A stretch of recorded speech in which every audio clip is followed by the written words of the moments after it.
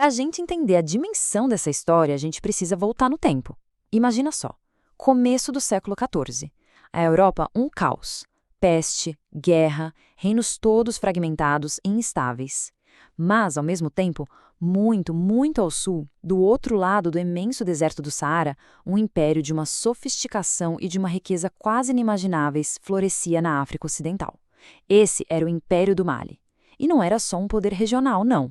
Era o eixo econômico que, de forma silenciosa, sustentava boa parte do sistema monetário do Velho Mundo com seu recurso mais valioso.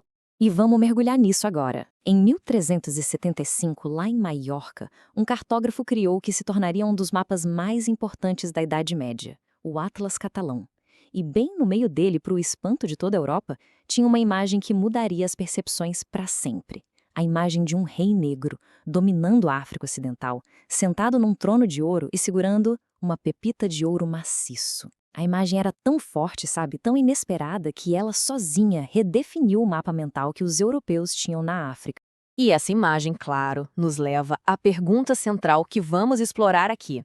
Quem era esse tal de Mansa Musa, o rei dos reis? E como que o Império do Mali, sob o comando dele, conseguiu acumular uma fortuna que mesmo hoje desafia a nossa compreensão? Muitos consideram, aliás, a maior fortuna da história da humanidade. Para a gente entender o homem, primeiro a gente precisa entender a fonte do poder dele. A riqueza de Mansa Musa não surgiu do nada. Não foi mágica. Ela era, em primeiro lugar, geológica e, acima de tudo, resultado de uma administração brilhante. O império se apoiava num motor econômico de 2 cilindros, digamos assim, o controle absoluto do ouro e o domínio estratégico das rotas de sal. A localização do Mali era simplesmente perfeita. O império estava posicionado em cima de 3 das mais ricas regiões de ouro do mundo daquela época, os campos de Bambouk, Bouré e Akan. Mas eles não só extraíam o ouro, eles o gerenciavam com uma sabedoria incrível. Eles permitiam que as comunidades locais fizessem a mineração, mas cobravam impostos sobre a produção. Quer dizer, era um sistema de tributação indireta que garantia um fluxo constante de riqueza para o Estado, sem precisar esgotar as minas ou gerar revoltas. Mas aqui é que está a grande sacada, a genialidade por trás da riqueza. Uma política que a gente pode chamar de a regra da pepita. A regra era bem simples. Qualquer pepita de ouro, que eram as peças de maior valor e mais fáceis de guardar, ia direto para o Tesouro Real. Só o ouro em pó podia ser vendido pela população. Com isso, Mansa controlava a oferta, acumulava as reservas mais valiosas e, o mais importante de tudo, evitava a hiperinflação dentro do próprio império. Uma jogada de mestre, não acha? E essa imagem aqui ilustra perfeitamente a dualidade da economia do Mali. Pensa bem, se o ouro era a moeda do poder, usada no comércio internacional com a Europa e o Oriente Médio, o sal era a moeda da vida. Ele era extraído nas minas do Saara, como as de Tagaza, e era essencial para a sobrevivência humana e animal naquela região subtropical. Em muitos mercados, o sal era literalmente trocado peso por peso com ouro. Então, controlar os dois significava controlar tudo, do luxo global à necessidade mais básica de sobrevivência. E então, em 1324, Mansa Musa, que era um muçulmano devoto, decidiu fazer o Hajj, a peregrinação a Meca. Só que isso não foi só uma jornada de fé. Foi uma campanha diplomática meticulosamente planejada, um verdadeiro espetáculo de poder e riqueza, projetado para colocar o Mali, de uma vez por todas, no mapa do mundo islâmico e muito além. A escala disso era algo assombroso, especialmente para a logística medieval. Estamos falando de uma cidade inteira em movimento. 60 mil pessoas. Isso incluía um exército para proteção, a corte real, mercadores, contadores de histórias e 12 mil servos pessoais. Cada um com uma função específica nessa comitiva gigantesca. Imagina só o desafio de mover, alimentar e dar água para toda essa gente no meio do deserto. Uma proeza monumental. E a riqueza que eles levavam era de tirar o fôlego. Pensa em pelo menos 100 camelos, cada um carregado com cerca de 136 quilos de ouro puro. E isso era só uma parte da fortuna. Havia também 500 arautos, vestidos com a seda persa mais fina, que marchavam na frente do Mansa. Cada um deles carregava um pesado bastão de ouro maciço, que ficava reluzindo sob o sol do deserto. E para se ter uma ideia do poder logístico por trás de tudo isso, tem uma história que é fascinante. A esposa principal de Musa, a rainha Inare Conte, que viajava com sua própria corte de 500 servas, em certo momento expressou o desejo de tomar um banho. E onde eles estavam? No meio do árido Saara. Sem problemas. Musa simplesmente ordenou que seus trabalhadores cavassem uma piscina nas dunas e a enchessem com a preciosa água que eles carregavam em incontáveis recipientes. Um ato que demonstrava um domínio sobre os recursos que parecia quase divino. Mas o momento em que essa cidade móvel de ouro chegou ao Cairo, em julho de 1324, o resultado foi um evento sísmico.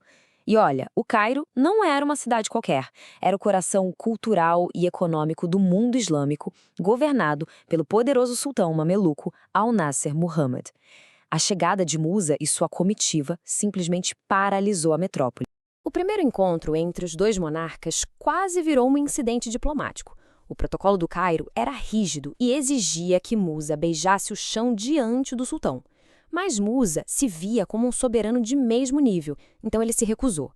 Pressionado, ele encontrou uma saída teológica genial. Ele se prostrou, sim, mas declarou que sua reverência era para Alá, que o criou, e não para um homem mortal.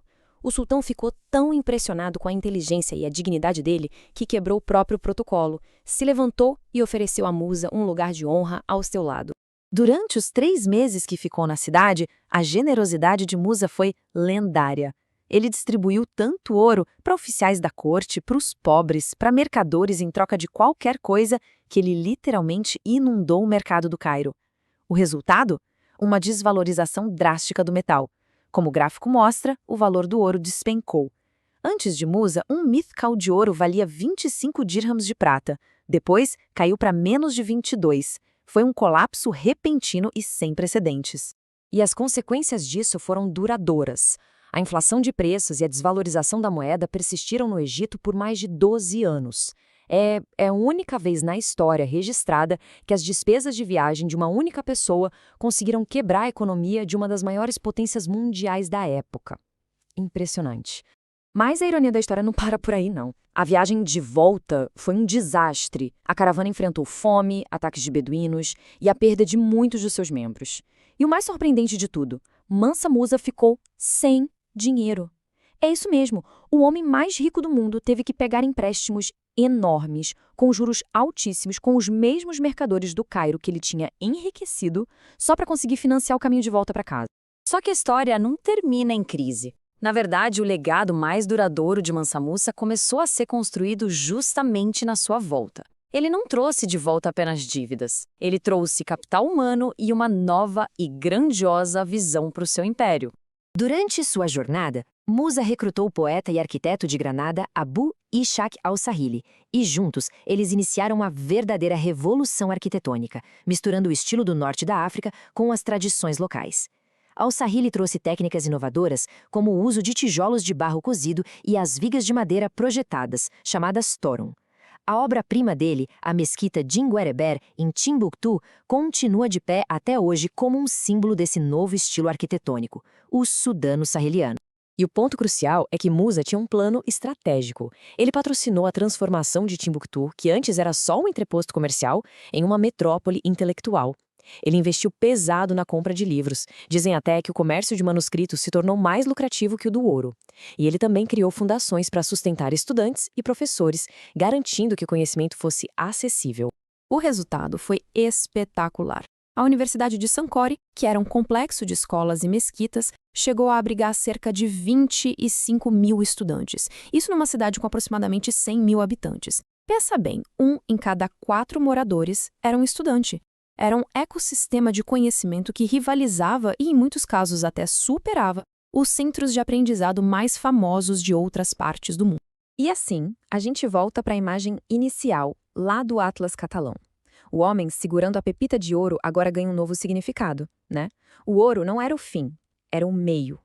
Mansa Musa usou sua riqueza mineral, que é finita, para construir um legado cultural e intelectual que se provou infinito. Ele transformou ouro em história. A peregrinação de Mansa Musa colocou a África Ocidental no centro do mundo através de uma demonstração de riqueza sem igual. Mas o verdadeiro legado dele foi o que ele construiu quando voltou, um império de conhecimento. Isso nos deixa com uma pergunta para refletir. O que, no fim das contas, define um legado? É o ouro, que brilha por um momento, ou é o conhecimento que ilumina gerações?